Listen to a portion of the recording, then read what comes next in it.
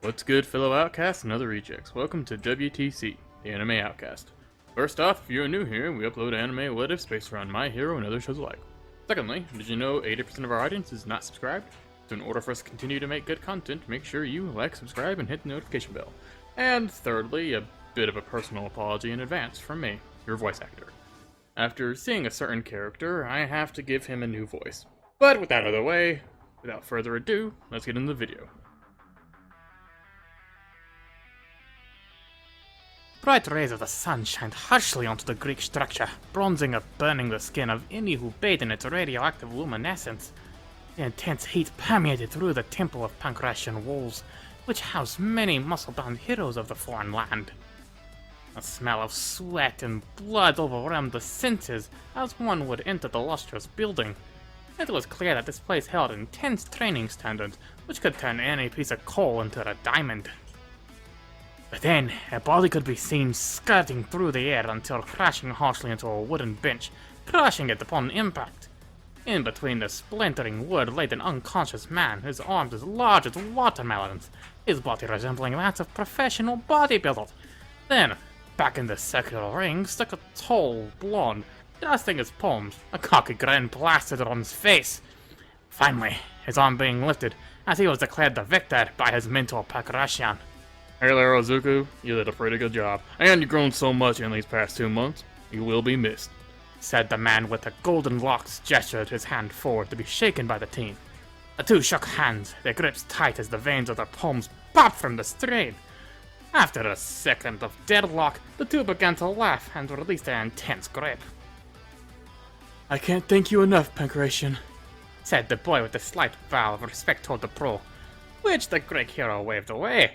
Izuku's cheek turned slightly rosy at the gesture, forgetting for a moment that he wasn't home where his actions were standard in society.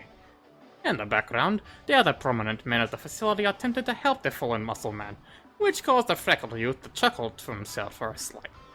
Walking out of the agency, Izuku waved goodbye to his mentor, knowing this would be the final farewell. The Japanese boy's flight was scheduled the following morning, and he decided to take in the sights for the last time. Making it through on an Athenian market, he partook of fresh produce and the music made by the locals.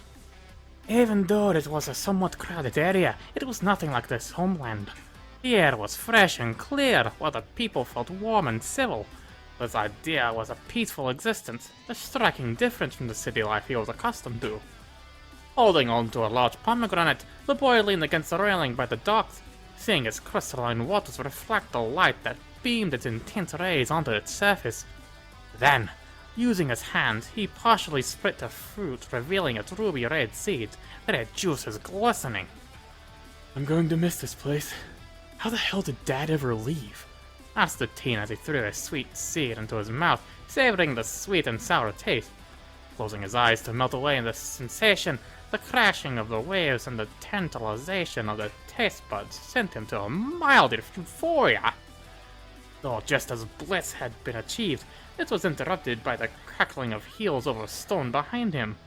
Turning his head, Izuku could see a woman, young blonde hair, dressed in a large sun hat, hiding her face. By her side was a young woman, her hair resembling copper, dressed similar to the woman she accompanied. The teen couldn't help but admire their picturesque beauty, though as he blinked, they seemed to have vanished. Nearly dropping his fruit from the sudden moment, the blonde began looking around to find the two, seeing them disappear as they turned the corner. Strangely, an array of rainbows shined as they left the corner, capturing the curiosity of the aspiring hero. Gulping audibly, the boy awkwardly followed behind, seeing them turn another corner in the distance. A strange feeling overtook the boy, as he needed to speak to the duo before the opportunity was lost. Picking up the speed, the boy began to run, but as he reached the corner, his powerful talons grabbed a hold of his shoulders, taking him skyward. Quickly gaining elevation to a point of the docks below resembled now a miniature, Izuku at this point knew he needed to make a move. He could see the humanoid avian looking upward, their legs and arms covered in feathers, large wings holding the two up. Really? A bird? Shouted the boy as he wrapped his palm around the leg of the feathered woman that had abducted him. The woman opened her mouth, screeched loudly toward the boy, causing him significant discomfort. her talons still ebbed into the shoulders of the freckled youth, his blood staining his shirt. Now, several meters into the sky, the time frame for a safe descent was shortening, and soon a fall would be found to be nothing short of deadly. Luckily, even with the abduction, the blonde never released his hold of his fruity treat. Instead, focusing his power on the split sphere in his palm, it began to radiate with energy, its cells now unstable. Eat this! Yelled the emerald-eyed youth as he released the fruit, and as it fell, was kicked upward, skirting toward the beast and detonating on contact, sending the two in opposite directions. Now free-falling down to earth, the blonde had miscalculated. They had gone way past the point of no return. Thinking his attacker would have been incapacitated, the boy spread his arms and legs and displaced his body weight, lifting him and slowing down his descent. While formulating a plan to survive the fall, an ear-crackling screech could be heard that the prior avian creature had reappeared. Two additional winged females joined the chase.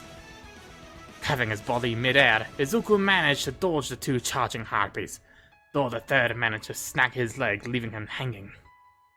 Let me go! Shouted the boy in defiance as he was being carried over the water and away from land. Though he struggled greatly, he was currently in a precarious situation, seemingly several miles from land away from civilization, though the hero in training had to come up with a plan. After a few minutes, an island came into view, though most of its landscape seemed to be shrouded in a thick fog. Once his head was above the granary, Izuku quickly reached into his pocket and managed to find a singular marble, one he kept on his person for emergencies. Grasping the marble tightly in his palm, a bright glow began to shine through his fingers from the glass sphere. Swinging his body aggressively, he managed to release his foot from the talons of the woman. Then, with one motion, threw a shining marble at the abductor, detonating violently, sending the two in opposite directions. Using the blowback to his advantage, Izuku plunged toward the island and cushioned his fall through the trees below.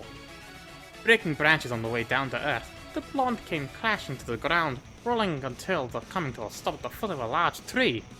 Raising his palms on his mouth to contain the sound of his course, as his body was now covered in cuts and bruises from the ordeal, pain coursing through his body, but at least he was alive. The screeching of the bird woman could be heard overhead. It appeared as if one had fallen. A direct blast like that would hurt anyone from that distance. Though soon after their screeches faded, they could be seen leaving the area, allowing Izuku a moment of rest. Forcing himself to a sitting position, a stabbing pain pulsated from his side. His ribs might have sustained more damage than initially thought. I thought the Minotaur was a dream, but after this, I think I could rule out that possibility, thought the boy as he gripped his side, the pain still coursing through his body. Using the trees for leverage, the emerald-eyed boy brought his body to an upright position. He needed to keep moving before something else came for his head.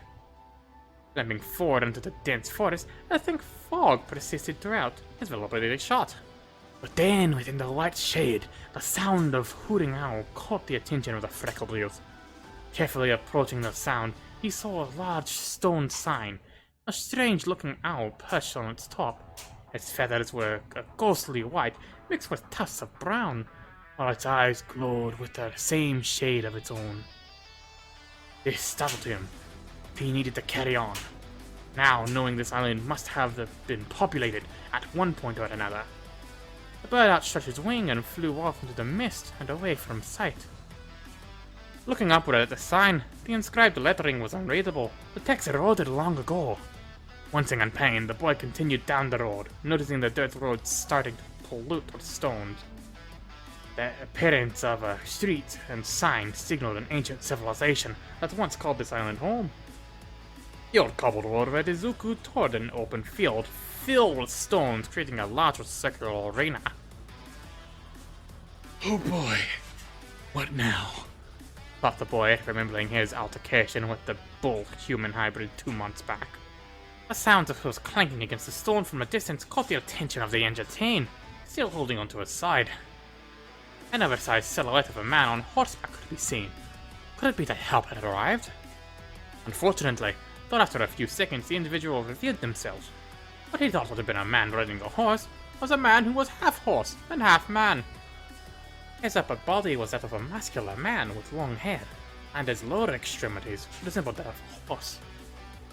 The appearance of the Centaurian man caused him to some shock, but after facing a Minotaur and being kidnapped by Harpies, there wasn't much else that could surprise him. So, you're Zuko, I presume?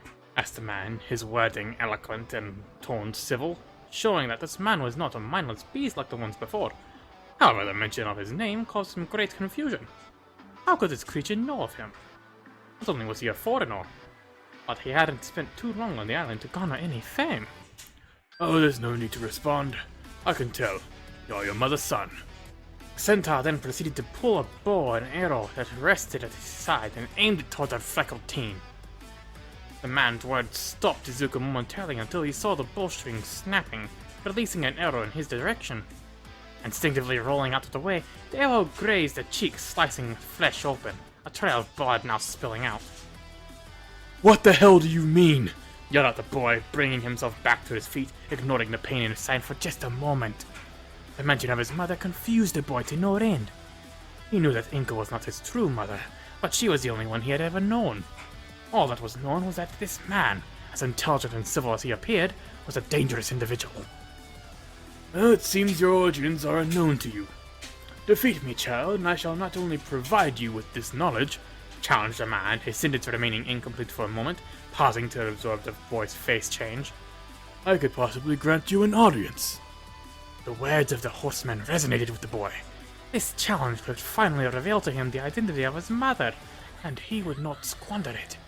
Inhaling deeply, the boy reached down and grabbed a stone from the ground, focusing his power onto the piece of rock, causing it to glow. You're on! Digging his heels onto the ground, the boy leaped into battle and launched the unstable stone toward the man. Though halfway through, an arrow crashed against it, causing it to explode mid-air. Digging his heels onto the ground, the boy leapt into battle and launched the unstable stone toward the man. Though halfway through, an arrow crashed against it, causing it to explode mid-air. Using the lifted dart as cover, Izuku closed the distance and jumped high, throwing a right cross toward the man. The man dodged the incoming fist with swift movement, leaving the blonde without a target, falling to the ground. Falling to one knee, the intense pain from his ribs began to rise to the surface, not allowing him to react fast enough to follow up. Though when he lifted his head, he could see the man slicing towards him with a bronze sword. His mind ventured back to the underground fight months ago. Channeling that moment, he lifted his arms with a shield of glowing energy manifested to block the strike, knocking the sword backward. Finally, it seems like you're taking this seriously, sighed the man, twirling his blade between his fingers, smirking toward the boy who now held an energy shield in his left arm. Lifting his arm to admire the god, Izuku grinned slightly, looking back at his opponent. Then, outstretching his empty palm, it began to glow with energy until a generated energy formed a sword akin to a Greek short sword. Fighting down hard to ignore the lingering pain, the boy forced his feet forward and lunged toward the man. The two clashed swords, each crossing a weapon, sending a wave of energy toward the horseman. His energy weapons seemed to cause shockwaves each time they impacted anything, most likely due to the nature of his powers. The two crossed blades for several minutes, the Centaur overpowering his tremendous strike each time, breaking the energy weapon at every encounter.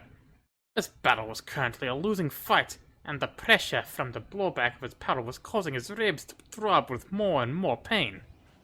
Soon after another breaking of his weapon, Izuku had a blade aimed at his throat, sweat running down the side of his cheek. He could feel his heart beat loudly. Do you yield? Asked the man, his gaze locked on the boy, though suddenly an arrogant grin formed on the face of the blonde. Sticking his tongue out in defiance, the man reacted by swinging the blade in an attempt at decapitation. Though just as the blade came to him, he ducked and wrapped his hands around the man's forearm, and with a swift motion, the man was lifted over the teen's shoulder thrown aggressively toward the stone. Come on! He shouted, the veins in his arms, legs, and face throbbing, his face turning red from stress. Once the man was over his head, there was a loud crack with a bone protrusion piercing the boy's side. The adrenaline flowing through him numbed the intense pain as he finished his German suplex, drilling the man's upper half into the stone. The loud slamming echoed in the clearing. As a rig broke through his side, Izuku fell, blood splattering out heavily. His vision started to fade, The pain too excruciating as Izuku lost consciousness atop a pool of his own blood. His mind went blank, the feeling of dread and death overcoming his being. A cold feeling came over him, and suddenly, his eyes began to flutter to life, his consciousness returning. When it came back to life, the Japanese boy had been laying on a piled slab that had been carved into a reclining chair. A tight wrapping surrounded his ribcage, blood staining the bandages. For a moment, his memory was fuzzy. The last thing he remembered was overpowering the centaurs momentarily. After that, darkness. Hearing a familiar clacking of hooves, the blonde noticed a horseman appear. Bandage wrapped around his skull. It seemed both of them had sustained severe injuries, though the teen took the bulk of the damage. Well, you are indeed courageous, Izuku. Truly, you have the spirit of a hero and the resolve of a demigod. The man said, his last description causing the boy to stop, no word escaping his mouth. Slowly moving forward, the man walked onto the pedestal, holding a long white scarf with a golden medal embedded into it. Do not speak, save your strength, son of Athena. The revelation of the boy's origins caused his eyes to widen, his fist balling up. Would this be a joke? Athena, the Greek goddess Athena. Those slowly piecing of the puzzles began to connect in his mind. His father met his mother during the expedition to Greece, soon after discovering the great lost statue of the goddess. He found a woman who led him to a challenge, and just as that day, it occurred once more. Tell me everything, said the boy, his eyes locked on the cloth that the centaur brought forth. Two sat and spoke for what seemed like hours, revealing Izuku's origin. It seemed like the father of god Zeus, upon the emergence of quirk in the world of man, had forbid intimate and direct interaction with mortals. Athena had decided several millennia to build a bond with his father Hisashi, though they had conceived a child and caused his mother to receive harsh punishment. Taking a decision to save the boy's life and give him a proper childhood, he was sent away to be raised by his father. The boy's eyes wept at the realization that his biological mother had not abandoned him, but saved his life. Wiping the tears from his eyes, the boy took hold of the scarf and gripped the accompanied medal, its mirror-like finish reflecting his face. Can I meet her? The man shook his head slowly, which caused the boy to bite his lip in defeat. The image of the goddess leaving an otherworldly glow around the woman's shape. Then, as the room grew silent, a whisper reached his ear, causing goosebumps to lift from his skin. My darling Izuku, I wish I could be with you now, but alas, it's impossible. I have watched you from afar, protecting you when I could, but I could not approach you. Not yet, at least. The dam of tears has broken down once more as the voice of his mother tore his heart to pieces. The words not yet shined hope in the miserable situation, which with a scream he questioned. What can I do, mother? What can I do to meet you? The whisper had stopped, and the ethereal voice vanished. A gust of wind flowing through the ornate room. Lack of response caused the boy great turmoil. His weeps the only sound left in the room. To be reunited with your mother, there is only one way to accomplish this.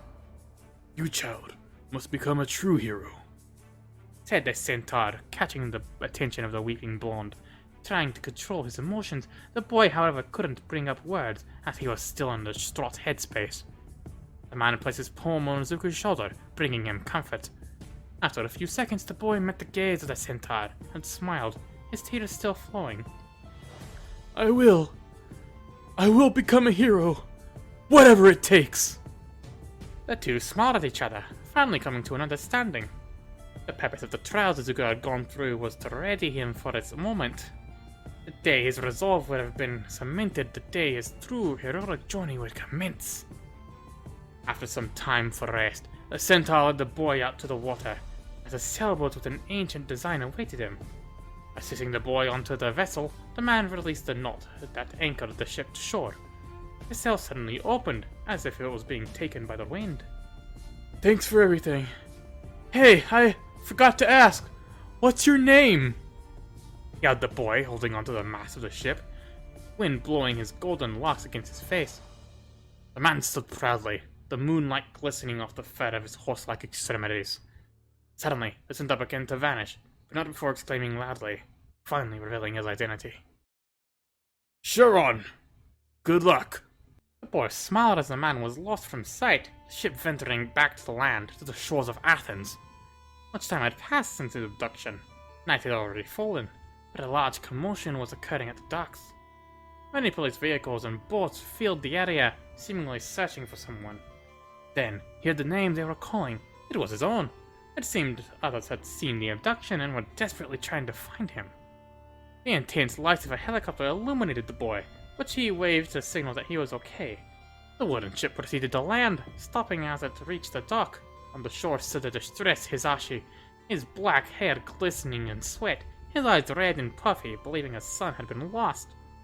Upon exiting the ship, he was embraced by his father, which sent shockwaves of pain through the boy, his rib injury persisting. It seemed it needed true medical intervention.